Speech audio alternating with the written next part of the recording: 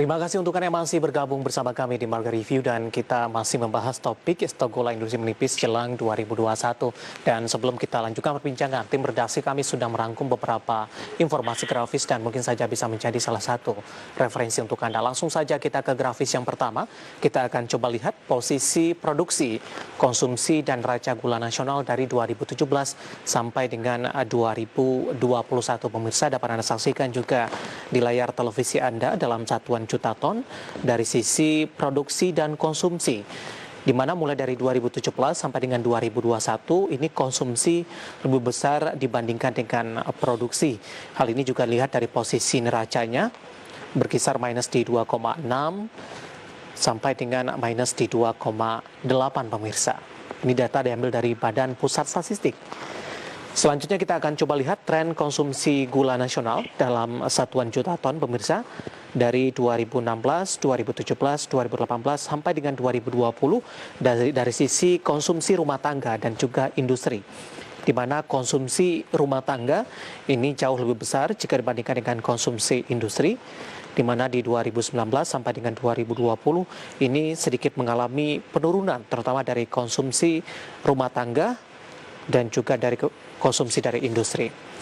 Kita beralih ke grafis selanjutnya. Kita akan coba lihat juga volume impor gula dari 2015 sampai dengan 2019 dalam satuan juta ton pemirsa dari 2015 sampai dengan 2019 paling tinggi di 2018 ini 5 juta ton.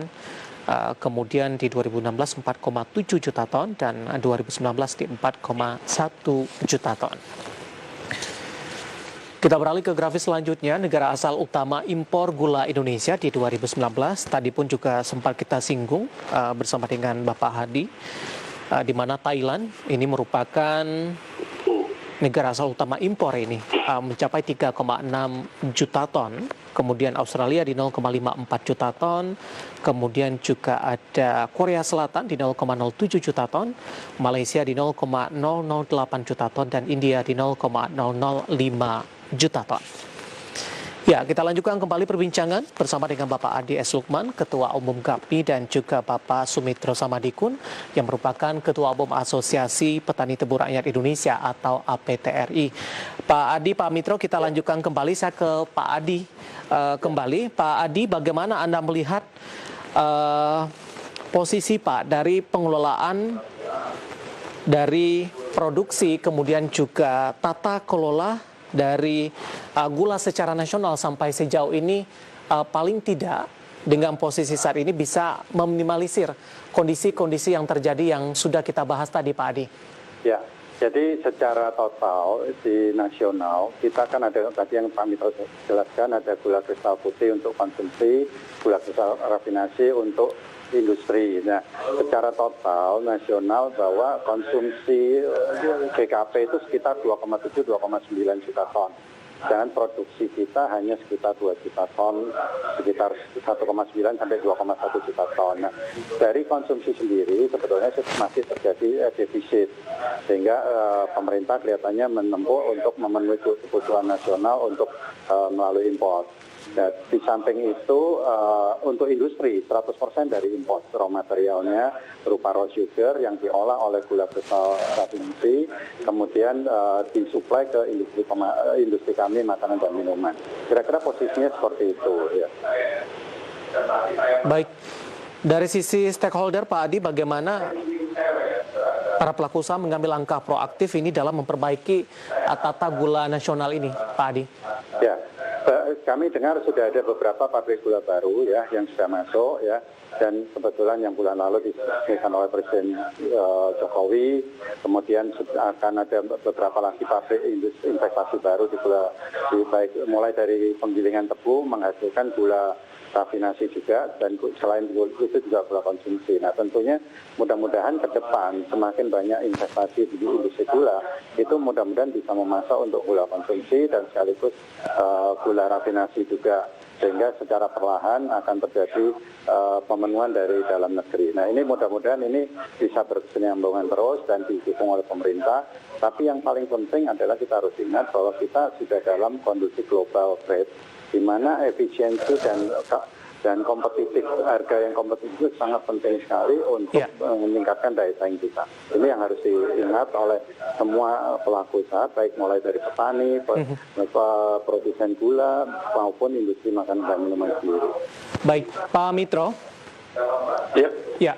Permasalahan terkait dengan kebocoran dari gula rafinasi ini bukan satu permasalahan yang dihadapi oleh dari sisi hulunya untuk produksi gula.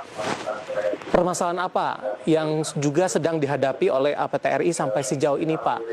Dengan kondisi COVID-19, kemudian juga posisi dari aspek-aspek lainnya, Pak Mitro.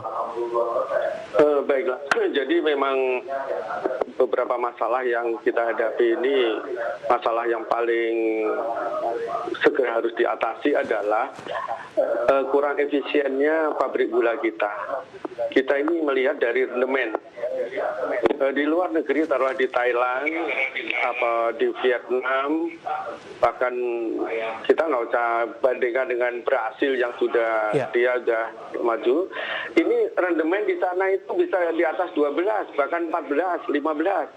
Sementara rendemen kita ini hanya sekitar 7, 8, bahkan di beberapa daerah kayak di Medan, di Jawa Barat, di beberapa daerah ini, bahkan di Jawa Timur juga, ada beberapa pabrik gula yang rendemennya masih di bawah 7. Nah, yang jadi kenapa ini juga kami keluhkan kepada pemerintah, karena hampir 60 buah pabrik gula ini yang kurang lebih 50 ini milik BUMN.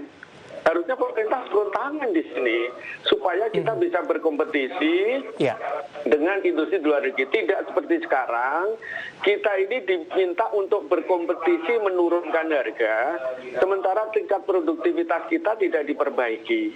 Nah, dari sini sudah harga kita ini ditekan harus tetap murah. Untuk diketahui, Mas ya, Pak Aldi juga, harga gula kita ini mulai 2016 ini tidak bergerak naik, padahal produktivitas kita juga segitu-gitu aja.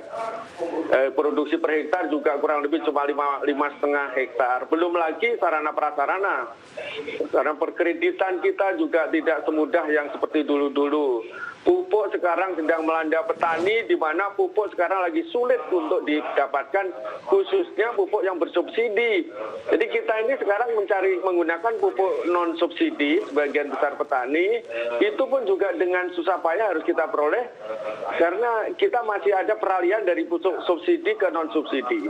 Nah, masalahnya lagi ketika pupuk kita ini menggunakan pupuk non subsidi, kredit juga kita gunakan kredit perorangan, harga gula kita dibatasi. Sehingga tidak ada dinamika. Dengan demikian ini akan mengurangi produksi dari gairah petani untuk memproduksi tebu dengan bagus. Di satu sisi sebetulnya kita ingin juga membuat gula kita ini harganya bisa bersaing. Yang berikutnya, yang ketiga, kita ingin modernisasi ini jangan sepotong-sepotong, karena sudah menjadi apa yang telah kita alami sekarang. Beberapa pabrik gula kita ini yang baru itu juga bisa memproduksi gula yang bisa digunakan untuk industri makanan minuman, gitu loh. Kalau yang pabrik yang lama itu masih dengan pola yang lama, dengan apapun fasilitasnya lama, ini produknya kadang-kadang ini memang khusus untuk konsumsi.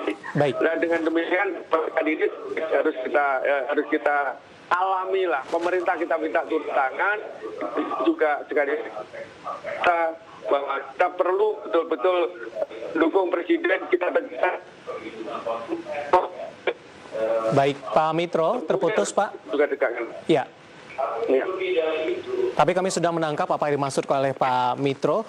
Sebenarnya masih banyak perbaikan-perbaikan yang dilakukan baik dari sisi hulu hingga hilir dalam memajukan dari industri gula secara nasional. Kemudian juga tadi Pak Adi menyampaikan ini persetujuan atau kekhawatiran terhadap kelangkaan gula rafinasi ini sudah terjawab, dan diharapkan proyeksi dari pertumbuhan makanan minuman di tahun depan akan jauh lebih baik seiring dengan pemulihan dari ekonomi tentunya. Pak Adi, Pak Mitro, terima kasih sudah bergabung bersama kami. Sehat selalu, Pak. Baik, terima kasih. Ada Bapak Adi Supman, Ketua Umum KAPMI, dan juga Bapak Sumitro Sadikun, Ketua Umum APTRI. Dan tetap di tempat Anda, karena setelah ini Marga Review akan segera kembali dengan topik yang berbeda.